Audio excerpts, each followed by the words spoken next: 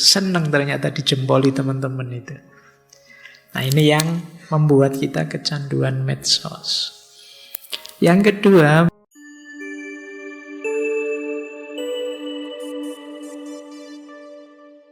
Assalamualaikum warahmatullahi wabarakatuh. Bismillah, mari kita lanjutkan ngaji kita. Sepanjang sejarah kita, seringkali teknologi itu dirancang untuk membuat kita kecanduan. Apalagi yang berhubungan dengan produk, berhubungan dengan ekonomi, berhubungan dengan konsumsi. Para penjual, para produsen, para pemilik modal tentu saja ingin kita ketergantungan pada produk mereka, termasuk teknologi. Maka diciptakanlah segala strategi, segala cara untuk kita tambah terikat. Oh, itu kan aplikasi apa saja kan mungkin seminggu sekali itu bisa update lagi. Oh, itu memang apalagi teknologi yang ketemu dunia ekonomi itu biasanya memang sengaja menjaring kita untuk kecanduan. Kita tidak bisa meninggalkan sudah, karena sudah ketergantungan di situ. Padahal ketergantungan itu simbol satu titik di mana di situ kita lemah dalam hidup ini. Sampean tergantung pada gadget, pada aplikasi tertentu, pada WA, pada Instagram, pada itu disitulah titik lemahmu. Begitu WA error, Instagram down, Twitter bubar, itu kamu stres mesti. Di situ titik lemahmu. Apapun itu ketergantungan, ya termasuk ketergantungan rokok lah, ketergantungan kopi lah, ketergantungan dimanapun kamu tergantung, di situ titik lemahmu. Maka kalian hebat kalau bisa melepaskan diri dari ketergantungan, kecanduan. Apa saja. Bukan berarti terus, berarti saya tidak ngopi lagi. Lo ngopi saja tidak apa-apa, tapi jangan kecanduan, jangan ketergantungan. Tidak ada kopi, ini terpaksa teh juga tidak apa-apalah. Air putih juga tidak apa-apa. Nah, ini namanya tidak tergantung sama sekali. Tapi ada orang yang, kalau tidak kopi tidak bisa Pak, saya tidak bisa mikir, saya tidak bisa. Itu ketergantungan sudah. Teknologi juga begitu. Begitu kita ketergantungan, selesai sudah. Pak, kalau tidak ada WA, tidak ada WhatsApp, gimana ya saya membayangkan komunikasi? Ya sudah, tergantung sudah. Kadang-kadang saya lihat sekarang ya semua orang yang ngantri itu kan kalau tidak ada HP itu kalian mesti bosenmu luar biasa. Kadang-kadang ngantri pun, baterainya tinggal 10 gitu, kamu gimana ini nanti kalau ngantrinya lama. Kamu merasa cemas sekali kalau kamu sedang ngantri terus baterainya habis sehingga kamu tidak ada gadget. Kamu tidak membayangkan ngantri tanpa HP sekarang. Ini bagi saya ketergantungan. Kamu tidak punya alternatif lain. Kamu tidak membayangkan, kan lebih asik ngobrol dengan orang kirimu atau orang kananmu yang ngantri sebelummu atau setelahmu, kan dapat teman baru mungkin dapat.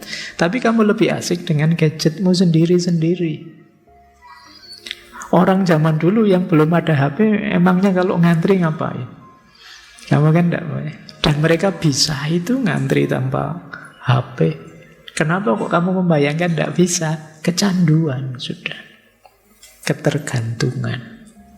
Jadi ini bukan melarang kalian menggunakan gadgetmu, tapi jangan kecanduan, jangan ketergantungan. Yang kedua, ini kata beliau ya, kenapa kok harus kita minimalkan? Kalau kita terus-menerus menggunakan media sosial, kemudian kita dinotif terus, itu kan terus jadinya kita sulit fokus. Apalagi terus segala notifikasi kita hidupkan. Baru apa dikit, berapa dikit itu. Yo iklan, yo apa masuk. Saking khawatirnya kita ketinggalan informasi, semua peringatan kita hidupkan. Ayo, gimana kita bisa tenang, gimana kita bisa fokus. Jadi ini mesti mengganggu kita. hal-hal yang tidak penting masuk semua dalam hidup kita. Dan yang ketiga, kata beliau, tentu saja interaksi sosial terganggu. Ini banyak di antara kita yang tidak lihai, tidak mahir skill sosialnya. Ayo ya, yang rajin ikut ngaji, ketemu sebanyak ini teman, kalian sudah dapat kenalan berapa berbulan-bulan ngaji? Paling ya yang memang sudah temanmu sebelumnya, yang semula tidak kenal tetap tidak kenal. Ini sosial skill kita lemah. Bayangkan kalau kenal semua, ini Pak saya sudah 1 bulan saya kenal ini, oh itu mas ini, itu mas itu. Kalau orang zaman dulu mungkin, tapi zaman sekarang saya agak tidak yakin. Karena begitu kamu masuk, oh kok tidak ada teman saya, terus kamu duduk di pojok, terus kamu lihat HP-mu, tidak peduli kiri kanan karena kamu tahu tidak ada temanmu. Kamu tidak berpikir, mbok aku nambah teman, mbok aku kenalan. Ini yang saya maksud social skill. Kita tambah lemah dalam aspek sosial. Kadang-kadang banyak yang mengkritikkan, Pak, Gen Z itu kadang-kadang Pak, kurang sopan, Pak. Kadang-kadang itu bahasa lain dari sosial skillnya agak lemah. Kenapa? Karena jarang membaur secara sosial, secara intim dengan yang lain. Nah, ini tantangan ya buat teman-teman. Makanya hari ini kita mudah sekali dipecah-pecah, mudah sekali terfragmentasi. Sulit sekali untuk bisa membaur, bisa saling toleran, bisa menerima yang berbeda. Karena kita lebih akrab dengan gadget kita. Gadget kita itu yang selalu mendukung apa saja keinginan kita. Google, ChatGPT itu kita tanya apa saja, jawabannya mendukung kita. Tidak pernah mau kamu tanya apa terus ChatGPT jawab, kamu jangan tanya itu, jawabannya membahayakan loh, kan tidak ada begitu. Dia tetap jawab. Sudah. Beda kalau sama orang itu mungkin kamu bisa dia. Sudahlah, tidak usah mikir, ngapain sih? ChatGPT kalau kamu tanya misalnya pertanyaan level tinggi, tetap akan dia jawab. Padahal mungkin itu pertanyaan tidak di usiamu, tidak di levelmu misalnya. Dia tidak akan jawab, sudahlah tidak usah mikir itu, ngapain sih bikin susah saja. Dia tidak akan jawab begitu. Yang bisa begitu manusia.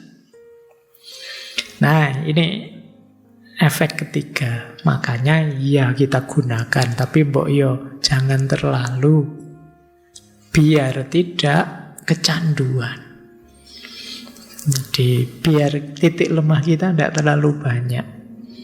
Kalau dalam hidup ini titik lemah kita terlalu banyak, kita jadi tidak tangguh. Misalnya bertarung, itu kita mudah kalah, karena tetap akan diserang titik-titik lemah kita itu. Gampang melawan generasi hari ini, itu simple saja, matikan saja wifi. Stres sudah mereka, mengalahkannya cepat itu. Cuma itu saja. Itu karena kita tergantung di situ. Maka yuk kita mulai bukan berarti anti, tapi yang efektif, minimalis. Baik, kita lanjutkan. Nah, terus kata beliau, orang kok bisa Pak kecanduan dengan media sosial? Setidaknya alasannya 2, kata beliau. Ini secara psikologi ya. Yang pertama, media sosial itu sering memberikan penguatan, istilah beliau penguatan positif yang tidak terduga. Tidak terduga itu sering mengagetkan kita. Misalnya melalui like and comment, komentar dan like, itu kan menyenangkan. Kadang kita posting dapat like banyak, dikomentari bagus-bagus. Kadang kita posting bagus, tidak ada yang like, tidak ada yang komen. Ini membuat kita penasaran. Terus pingin terus-terusan gimana caranya biar dapat like yang banyak, biar dapat. Jadi ada kesenangan, ada harapan untuk dapat feedback positif Dan yang tidak terduga. Kalau terduga itu tidak terlalu menarik.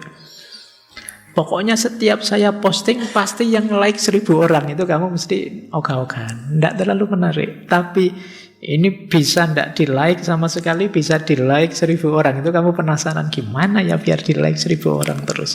Itu lama-lama membuatmu tambah kecanduan. Kayak orang judi itu. Judi itu mungkin ada yang ahlinya.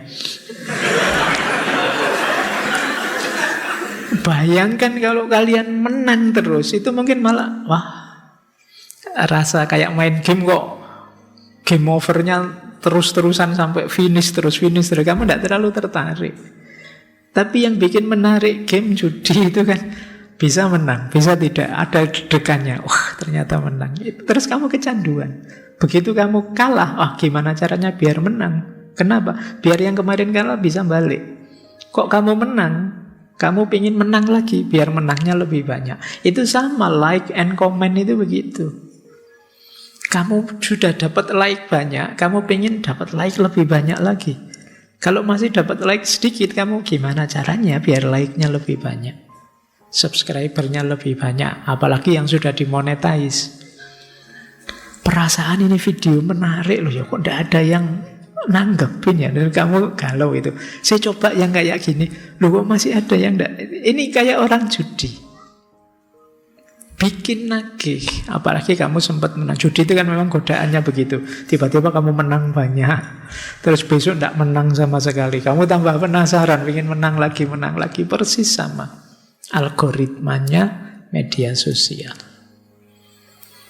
Sama di grup WA-mu kan kadang begitu. Begitu kamu posting, temenmu nanggapi semua. Wah, dari mana ini fotonya menarik. Besok foto yang sama, tidak ada yang nanggapi. Ini gimana sih teman-teman itu? Ya seperti itulah algoritmanya media sosial. Membuat kita kecanduan. Penasaran terus kita. Gimana caranya saya biar viral terus. Biar ditanggapi terus. Senang ternyata dijempoli teman-teman itu. Nah ini yang membuat kita kecanduan medsos. Yang kedua menurut beliau, dorongan untuk validasi sosial. Di bukunya beliau bilang begini, we are social being who can ever completely ignore what other people think of us. Kita adalah makhluk sosial yang tidak bisa sepenuhnya mengabaikan apa yang dipikirkan orang lain tentang kita. Jadi kita selalu ingin mencari validasi dari orang lain. Ingin selalu disetujui, ingin selalu di-like, ingin selalu dikomentari. Ingin menegaskan bahwa kita baik, ingin menegaskan bahwa kita hebat, ingin menegaskan bahwa kita luar biasa. Itu kemudian kita mempostingnya di medsos kita. Jadi keinginan untuk mendapatkan validasi. Sebelum ada yang memvalidasi, kamu merasa ragu-ragu, apa kamu itu baik beneran, apa kamu itu hebat beneran. Baru kalau sudah banyak yang memvalidasi, kamu tenang. Padahal kadang-kadang hari ini di like banyak orang bukan berarti mereka suka ya. Kadang-kadang ya basa-basi saja. Kadang-kadang ya sopan santun saja. Kasihan temanku ini sudah capek-capek bikin video, masuk aku diam saja. Sudahlah tak like. Ya banyak juga yang begitu. Toh begitu kita merasa tervalidasi. Berarti saya penting ya. Berarti saya luar biasa ya. Padahal temanmu ratusan yang melike cuma 4, 5. Itu pun kamu merasa tervalidasi. Nah ini yang membuat kita kecanduan. Ingin terus-terusan di situ. Rasanya kamu belum eksis kalau belum posting, kalau belum ngeklik, kalau belum menyampaikan sesuatu di medsos. Nah, dilanjutkan lagi oleh beliau begini. Dari akar psikologis tadi terus muncul algoritma kecanduannya. Yang pertama notifikasi. Kita selalu diingatkan untuk balik lagi, diingatkan untuk posting lagi, diingatkan untuk kayak di Facebook gitu loh. Apa yang kamu pikirkan hari ini? Nah, itu kamu terus dipancing begitu kan tiap hari. Terus apa ya? Terus kamu nyari-nyari enaknya posting apa ya? Enaknya menyampaikan apa ya? Jadi notif-notif itu ya mancing kamu untuk masuk berpartisipasi. Kemudian infinite scrolling. Kita kalau ngisi waktu luang hari ini bisa dipastikan nyekrol. Jadi tangan ini gatel kalau tidak ada HP itu sekarang sudah rasanya belum lengkap. Jadi apa? Nyekrol, infinite scrolling, terus kamu nyekrol. Kemudian yang ketiga, ini istilahnya filter bubble. Filter bubble itu algoritmanya media sosial, algoritmanya Google dan lain-lain, itu kan mereka membaca kita itu senangnya apa. Dan dia akan menawarkan hal yang sama setiap hari, yang mirip, yang senada dengan itu. Itu yang membuat kita terus tertarik. Jadi, senengnya mencari kelemahannya tokoh ini. Itu kamu tiap hari akan ditawari kelemahannya tokoh itu, dan terus kamu seneng akhirnya ngekliki itu.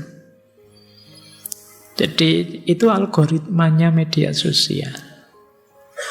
Itulah yang membuatmu kecanduan. Padahal efeknya, kata Cal Newport, yang pertama, kalau kita sudah kecanduan medsos, fokus menurun, produktivitas menurun. Pinginnya sih bikin tulisan, tapi kok akhirnya yang dibuka YouTube, Facebook, Twitter, dan lain sebagainya. Nggak jadi tulisan. Lagi asik-asik nulis, wah ini perlu tanya ChatGPT. Sebelum tanya ChatGPT, ternyata kolom Facebooknya buka, ternyata itu yang dibuka dulu. Terus fokus kita sulit sekali. Apalagi notifikasi hidup. Bolak-balik ding, bolak-balik kering, bolak-balik, sudah.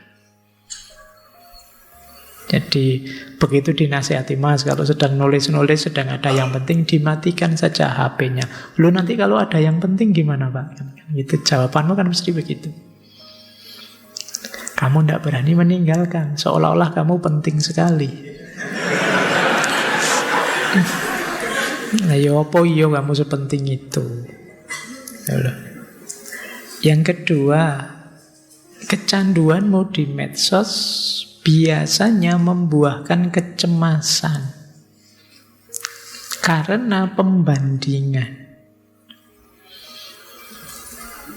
Jadi lihat orang lain lebih hebat, lihat orang lain lebih luar biasa, lihat orang lain yang tampak sempurna, itu membuatmu cemas. Aku kok tidak begitu ya? Dan tentu saja orang itu memposting di medsos itu kan hal-hal yang hebat tentang dirinya. Kalian juga kan yang kalian pamerkan kehebatanmu, keluar biasaanmu. Apa pernah kamu yang memalukan, yang jelek-jelek tentang dirimu kamu posting? Tidak ada. Orang lain juga begitu. Akhirnya apa? Begitu masuk medsos yang kamu lihat suksesnya orang, berhasilnya orang, cantiknya orang, luar biasanya orang, terus kamu jadi galau sendiri. Aduh, temanku kok sepinter itu ya, aku kok tidak bisa ya. Temanku kok kelihatan masih cakep banget, aku kok masih rasanya kok sudah lebih tua ya. Kamu tiap hari gelisah itu. Padahal mungkin dia hanya pamer saja, mungkin dia filternya berlapis 7, mungkin dia... Kamu tidak peduli itu, pokoknya kamu merasa minder saja pada akhirnya. Cemas. Nah, hidupmu jadi tidak nyaman sudah. Kamu membandingkan. Dan yang ketiga tentu saja mengurangi interaksi sosial. Kamu tidak cerdas secara sosial. Karena hidupmu di dunia digital, dunia maya. Dunia sosial yang nyata kamu gagap. Kadang jadi mudah dimanipulasi, mudah ditipu, tidak peka sosial. Tidak peduli tetanggamu kiri kanan. Kamu hanya mikir dirimu saja karena selama ini duniamu itu saja yang kamu geluti. Dunia digitalmu saja. Nah, ini efek dari kecanduan media sosial. Baik, ini kita masih di masalah-masalah sehubungan dengan medsos. Makanya beliau menyebut engkau tidak dapat membangun kerajaan bernilai miliaran dolar seperti Facebook jika membuang-buang waktu setiap hari menggunakan layanan seperti Facebook. Jadi kalau kamu terlalu banyak main Facebook, ya jangan mimpi bisa membuat perusahaan besar seperti Facebook. Ini sindiran ya buat kita. Kalau kita terlalu asik dengan gadget, ya jangan mimpi bisa memproduksi gadget sendiri. Waktu kita habis dolanan, main. Berarti memang harus ada puasanya. Harus ada pengorbanannya, harus ada menahan dirinya. Rumusnya tadi, jangan hanya mengejar kesenangan sesaat, kejarlah kesuksesan yang jangka panjang. Kalau sekedar ngejar kesenangan sesaat hari ini sih simple. Tapi kalau kita hanya begitu, ya makom kita sampai besok-besok hanya konsumen yang akan sangat tergantung pada produsennya. Sampai kemarin kita gagapkan waktu, ayo kita boikot terus. Loh, ternyata Facebook, Apple itu dari sana. Gimana kita boikot juga? Janganlah, kita gagap mau boikot enggak siap. Kenapa? Ya kita sudah tergantung. Kita sudah kecanduan. Baik. Kita lanjutkan. Yang masalah sudah ya, sekarang kita mulai tawaran beliau. Gimana sih digital minimalism itu? Hidup secara minimal di dunia digital. Beliau menyarankan begini. Ini 3 prinsip awal digital minimalism. Yang pertama, mari kita sadari clutter is costly. Clutter itu kekacauan, ketidaktertiban, keruwetan, itu mahal. Terlalu banyak aplikasi, itu ya tetap mengganggu fokus, mengganggu produktivitas. Coba kalian cek HP-mu, smartphone-mu, ada berapa puluh aplikasi. Berapa yang kalian pakai aktif, berapa yang aktif itu yang penting. Kalian kan tidak pernah merapikannya. Pokoknya jalan saja semua. Kadang-kadang nyari, ini aplikasi ini di mana itu kamu bingung dewe. Terlalu banyaknya aplikasi di HP-mu. Kamu tidak pernah merapikan, ini primer harus ada. Kalau ini sekunder, kalau ini tidak ada juga tidak apa-apa. Sebenarnya dibuang saja daripada itu. Kamu tidak pernah mikir gitu, pokoknya ini masuk, ini masuk. Alasanmu sederhana, siapa tahu. Iya kan? Kamu kan selalu dasarmu, siapa tahu besok butuh, siapa tahu besok perlu, siapa tahu. Akhirnya sampai diingatkan sendiri kan oleh gadgetmu, aplikasi ini sudah sekian bulan tidak dipakai, kita aktifkan ya notifikasinya, sampai kasihan HP-nya sama kamu. Dia ingin mematikan notifikasinya sendiri. Karena kita sendiri abai dengan itu. Kita tidak sadar betapa hidup kita dibikin rumit, dibikin ruwet oleh itu. Itu yang disebut clutter is costly. Mahalnya di mana, Pak? Ya kita jadi tidak produktif. Waktu kita habis tersita oleh itu. Jadi jangan dikira mahal itu selalu berhubungan dengan uang. Uang bisa dicari lagi, waktu tidak bisa kembali. Kalau waktu kita habis gara-gara gadget untuk hal-hal yang tidak penting, ya kita sedang mengabaikan sumber daya yang paling berharga dalam hidup kita. Ya, jadi clutter is costly. Yang kedua, optimization is important. Optimasi itu penting.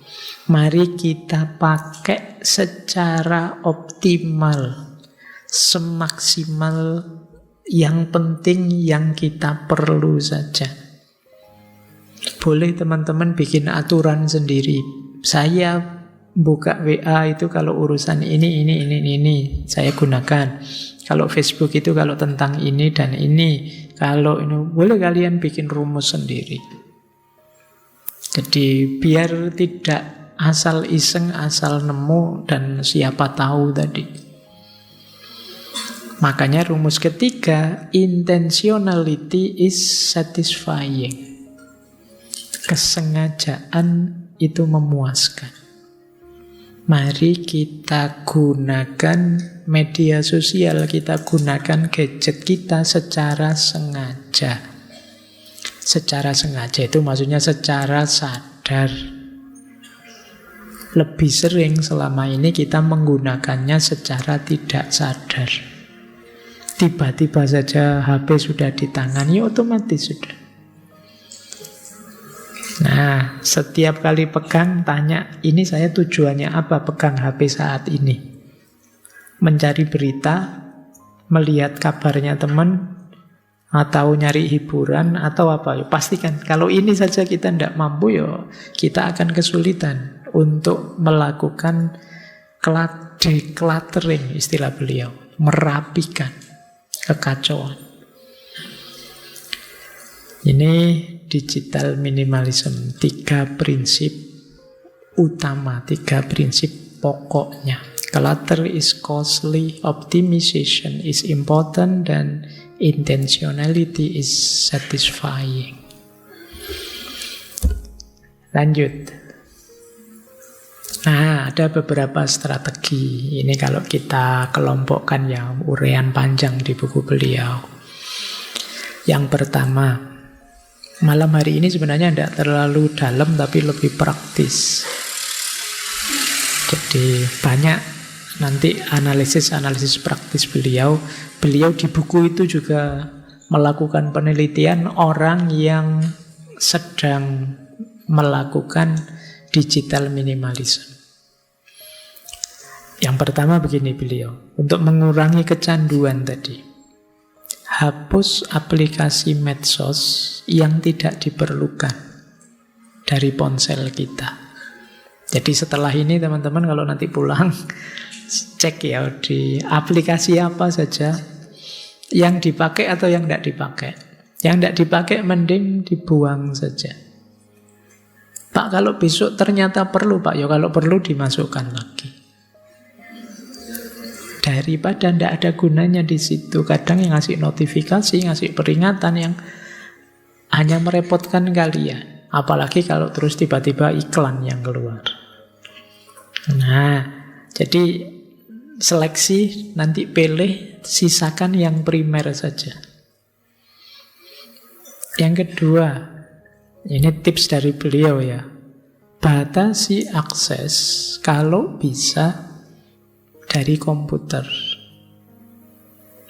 agar lebih sulit dijangkau. Misalnya begini, Pak, di HP saya hanya ada WhatsApp saja, Instagram, kemudian Facebook, kemudian ini adanya di laptop.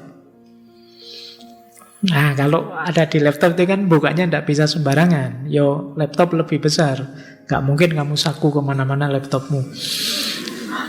Bukanya lebih ribet. Jadi tidak sesimpel HP.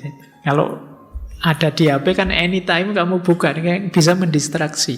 Tapi kalau memang perlu ya dibuka di laptopnya, di komputer kita. Itu baru kita cek email yang masuk dan lain sebagainya. Itu dari laptop, PC. Kemudian nonaktifkan Kalau ada feed yang rutin, kadang-kadang ada kan itu feed berita, tiap kali ada berita baru kita dikasih tahu tiap hari itu biasanya mendistraksi. Lagi santai apa, tiba-tiba ada berita apa, mengganggu kita. Jadi kalau bisa, kalau ada aktif itu, bagian notifikasi feed itu kita nonaktifkan. Kemudian batasi. Kasih rumus sendiri teman-teman. Pak, saya masih Pak bermedsos, tapi saya batasi 1 hari 30 menit. Itu pun saya buka 2 kali, pagi 15 menit, sore 15 menit. Itu. Dan beritahu teman-temanmu semua bahwa saya begitu cara main medsosnya. Jadi mohon maaf, kalau ada yang urgent mendadak boleh phone, tapi kalau yang biasa-biasa ya boleh sih chat, tapi nanti saya bukanya sore sama pagi. Nah, ini mulai latihan biar tidak ketergantungan. Kemudian kalau HP yang baru biasanya ada itu peringatan penggunaan yang terlalu lama. Kamu sudah menggunakan lebih lama 2 jam di minggu ini, kan ada HP yang peringatan begitu. HP baru biasanya, yang lama mungkin masih tidak ada.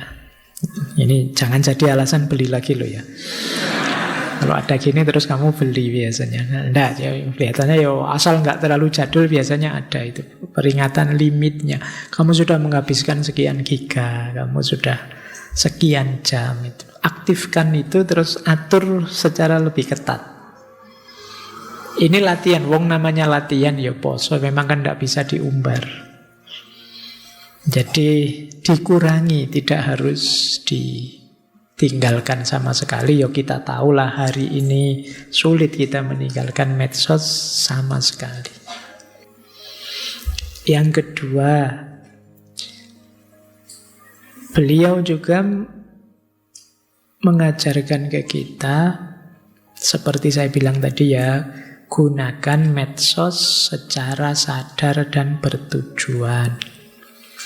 Pastikan kita tahu mau apa, tujuannya apa sebelum buka media sosial. Kemudian hindari, unfollow kalau ada akun yang tidak relevan. Sering mendistraksi. Wah, akun ini Pak, kalau ngomong ngaco terus, tiap kali saya baca pening. Loh wong, yo kamu bisa menyingkirkan dia dari temanmu, dari tampil di layarmu. Kenapa tidak kamu unfollow? Kan kita sering kalau di medsos itu kan, jangan komen yang gitu dong. Lu kan hak saya komen, kan sering gegeran gitu. Ya komen tapi kan harus beradab. Suka-suka saya dong, itu kan banyak model pengeyelan kayak gitu di medsos. Ya sudah, kalau kamu capek, lelah, ndak ngatasi, ya sudah singkirkan saja dari layarmu kan bisa. Kalau kamu terdistraksi dengan itu, jadi pastikan ada manfaatnya, pastikan relevan. Kalau hanya bikin masalah, buat stres saja, minggirlah. Kemudian berwaktu, jangan setiap waktu. Jadwalkan saja, biar lebih gampang. Oke ya. Baik, semoga tidak ada yang tanya ke saya, Pak Faiz apa sudah begitu? Yang jelas saya tidak main medsos kecuali WA. Nah, WhatsApp itu ya juga kadang mendistraksi, lagi sibuk-sibuknya apa, ya ding masuk semua. Yang sering masalah di saya itu, sudah saya baca belum tak balas. Karena nanti sajalah itu kan terus. Ya teman-teman yang mungkin WA saya tidak kebales lama, boleh diulang ya, karena itu mesti ketumpuk banyak. Dan saya tidak anytime standby di depan gadget. Kadang-kadang ya lupa, kayak gini tiba-tiba dibuka, oh ada WA masuk, isinya apa? Nanti saja, terus lupa. Itu jadi kebiasaan. Tapi yang jelas, semoga kalian tidak kecanduan, tidak ketergantungan. Ya paling enak ketemu langsung sudah. Kalau ada perlu itu ya langsung kita bisa ditanggapi, bisa tahu wajahnya ini kelihatan berkenan apa enggak. Kalau di WA, kalau di itu kan kamu merasa enggak berkenan, kamu merasa marah, merasa itu kan, tapi masih tetap bisa kirim emoji senyum, bisa kirim, padahal kamu jengkelnya luar biasa. Enggak apa-apa ya, oke ya, kamu ngirim jempol itu padahal kamu jengkelnya luar biasa. Kadang bisa begitu. Tapi kalau face to face enggak bisa kamu bohong. Dari wajahmu saja kelihatan kamu enggak terlalu suka, kamu enggak nyaman, itu kelihatan. Tapi kalau di medsos enggak bisa. Itu memang tempatnya pencitraan-pencitraan. Itu kalau ingin mencitrakan dirimu bagaimana itu kelihatan. Baik, jadi cara kedua, gunakan secara bertujuan dan sadar. Jangan diperbanyak isengnya, eman-eman waktumu. Lanjut. Ini juga nasihat dari beliau ya. Coba perbanyak aktivitas penyeimbang. Dunia kita porsinya sudah agak terlalu banyak digitalnya. Yuk, kita seimbangkan dengan aktivitas-aktivitas yang lebih, apa lawannya digital itu, analog ya, kayak TV itu. Ada analog, ada digital. Ya aktivitas konkret, nyata di luar dunia digital. Jadi hobimu apa? Coba dikembangkan. Pak, hobi saya ada di gadget semua. Ya nambahlah hobi apa gitu. Hobinya game, hobimu coba ditambah. Musik kah? Loh, saya main musik juga pakai HP, Pak. Nulis cerita kayak gambar kah? Gambar juga sekarang pakai tablet saya, Pak. Cobalah, terserahlah monggo, tapi kembangkan hobi yang lebih kreatif, jangan monoton itu saja. Beliau juga menyarankan gini, coba baca buku fisik. Membaca buku fisik itu lebih kalau bagi saya lebih estetik, lebih indah, lebih nyaman menurut saya dibandingkan buku digital. Mungkin ini selera ya, tapi tidak tahu, saya tetap lebih nyaman baca buku fisik. Saya kalau baca buku digital tidak tahan lama, mungkin karena terangnya atau apanya, tapi tetap tidak tahan lama. Tapi kalau baca buku fisik, apalagi bukunya asik, itu bisa 1 hari 1 buku. Ya kalau bukunya asik ya, kalau bukunya bulet ya. Oke ya, itu ada masa saya menamatkan berjilid-jilid buku, tidak ada seminggu itu Koping Ho. Itu kalau sudah asik baca itu tidak bisa berhenti itu. Saya membayangkan bisa tidak ya kalian nulis buku filsafat seperti Koping Ho itu, yang orang tidak bisa berhenti kalau sudah baca. Oh itu luar biasa sudah. Baik, ini salah satu cara sih. Jadi kata beliau coba bikin target baca ya, 1 buku 1 bulan. Cuma kalau pas baca jangan jejer HP. Biasanya kalah bukunya. Apalagi buku filsafat, apalagi ruwet, sudah tetap kalah sudah. Nyari momen yang nyaman di luar rumah apa di mana sambil pegang buku. HP-nya taruh di mana lah gitu. Kalau dibawa terus biasanya tetap kalah. Dibaca. Jadi menghabiskan waktu di alam, jalan-jalan, bersepeda, berkemah, bikin keterampilan, berkebun, memasak itu. Oh, nanti yang putri-putri, Pak, saya masak juga rujukannya YouTube, Pak. Kalau tidak ada YouTube, tidak bisa masak saya. Ya wis monggo lah, yang penting masaknya kan konkret, tidak hanya bikin video masak, tapi masak beneran. Coba latihan, pokoknya diperbanyak aktivitas konkret. Termasuk hubungan sosial yang lebih dalam, ayo kita bangun. Lebih banyak bergaul dengan teman. Coba deh sekali-sekali nulis surat untuk orang yang kita sayangi. Kalian yang sedang di kos-kosan, sekali-sekali kayak orang zaman dulu nulis surat untuk orang tuamu gitu, biar orang tuamu kaget.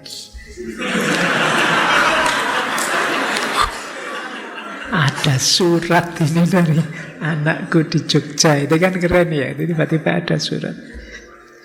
Isinya, Bapak jangan kaget saya nulis surat. Semoga Bapak sehat-sehat. Bulan ini sudah habis loh uangnya. Tapi kan nyeni itu daripada kamu cuma pakai ya sekali-sekali ya budaya mana. Saya enggak tahu sekarang masih ada enggak ya kotak pos di pinggir-pinggir jalan itu. Masih dibuka enggak sama tukang posnya. Mungkin sudah enggak ada ya. Tapi itu unik, pada saatnya mungkin perlu juga. Boleh kalian bikin zona tanpa smartphone, no phone zone misalnya. Teman-teman yuk besok ngumpul yuk, tapi no phone zone. Boleh bawa HP tapi tidak boleh dibuka. Kecuali darurat, telepon yang penting. Tapi kalau sekedar ini ya, malam ini ya, itu tidak apa-apa. Sekali-sekali latihan begitu. Untuk melatih biar kita tidak ketergantungan.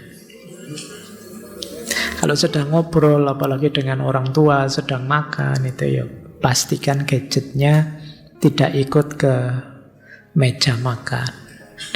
Kadang-kadang makan di meja makan bareng-bareng, masing-masing disanding oleh HP-nya, terus nengok HP-nya sendiri-sendiri. Kebersamaannya tidak dinikmati. Gadgetnya juga mestinya ya tidak terlalu fokus, wong sedang makan. Nikmatnya makan juga tidak ada di perhatian. Jadi kemanfaatannya hilang semua, eman-eman. Jadi kalau sudah kecanduan memang ninggal gadget sebentar saja, itu kan rasanya sudah kangennya luar biasa. Coba kalian mulai latihan ini ya. Yo, saya juga begitu, mungkin penting untuk latihan tidak terlalu tergantung dengan gadget. Baik, itu yang ketiga. Terus beliau menyarankan lagi, ini menarik kata beliau. Kita sering lupa ini sekarang. Kalau tadi kan sosial. Kita sering sekarang tidak betah sendirian. Kita kehilangan momen sendiri. Kenapa? Karena ada gadget. Begitu kita sendiri, kita cepat-cepat nyari gadget kita. Beliau punya istilah solitude deprivation. Jadi satu kondisi yang sekarang hilang, yaitu kesendirian, lenyapnya kesendirian. Karena kita sekarang sebenarnya mungkin kita di kamar sendiri, tapi hakikatnya kita tidak sendiri. Kita ramenya luar biasa di dunia digital. Kita kehilangan momen high quality solitude, kesendirian yang berkualitas tinggi, yaitu kesendirian untuk berefleksi, kesendirian untuk merenung, kesendirian untuk tafakur tanpa gangguan dari luar. Sekarang kita selalu mendapat gangguan dari luar. Dari mana? Dari gadget kita. Kalau dulu orang membayangkan gangguan dari luar itu ya tetangga lah, ya teman-teman lah. Padahal gangguan itu sekarang ya terkumpul semua di medsos kita, di gadget kita. Kita tidak pernah benar-benar sendiri sekarang. Loh, orang yang kehilangan momen kesendirian tentu saja tidak ada waktu lagi untuk berpikir, merenung, mengembangkan diri, mengevaluasi diri, tafakur, muhasabah, hilang momen itu. Wong sekarang kita sekarang banyak saya lihat itu mendengarkan khutbah Jumat saja kamu tidak betah, kan ada yang sambil buka HP. Jangan-jangan sudah ada yang iktikaf sambil tiktokan. Nanti ada yang lain ya. Nanti kalian bikin vlog live iktikaf dari masjid mana itu, kamu sibuk dengan itu. Jadi seolah-olah kamu ingin sendirian, gayamu kayak sendirian, tapi sebenarnya kamu tidak sendiri. Jadi itu yang disebut high quality solitude, kesendirian yang berkualitas. Kita lenyap. Hari ini tidak punya itu.